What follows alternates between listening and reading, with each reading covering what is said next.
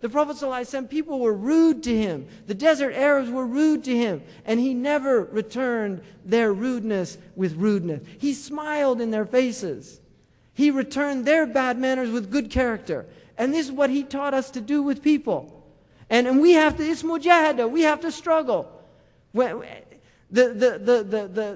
sabr is in sadmat al-ula.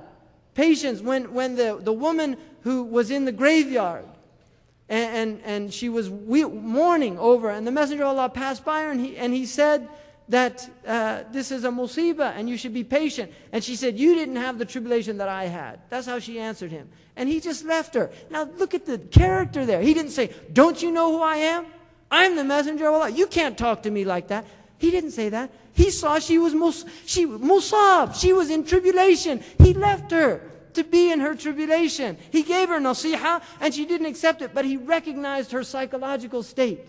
She was in a state that it was not useful or beneficial to continue with her, and so he left her. This is wisdom. This is hikmah. And then he went to his house and somebody came by and he said, don't you know who that was? That was the Messenger of Allah. Suddenly remorse entered her heart. Astaghfirullah. And she went to his house and knocked on the door. Ya Rasulullah, I didn't know it was you. And the Messenger of Allah said, patience is in the first calamity, when the first thing hits. That's when, in other words, when the calamity hits, patience that Allah wants is at that point. That's the point. Allah does not want you to lose control.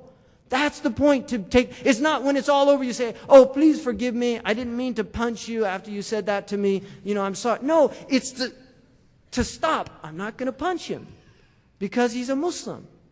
Right? I'm not going to do that. I'm not going to engage. And that is mujahada. That is learning to suppress the nafs for the sake of Allah subhanahu wa ta'ala. Because we're here for Allah. We're not here for, and this is ikhlas, to do it for Allah's sake. Really, to do this for Allah's sake. To forgive your brother for Allah's sake. To forgive your sister for Allah's sake. Not for them. To do it for Allah subhanahu wa ta'ala. Really.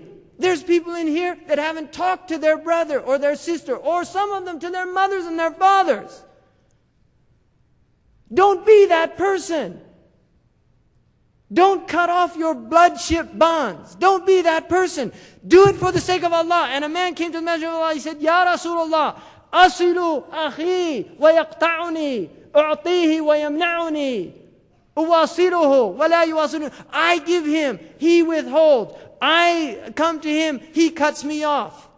What should I do? He said, that is Sidat al-Rahm. That what you're doing is the right thing, and continue to do it even though he's cutting you off.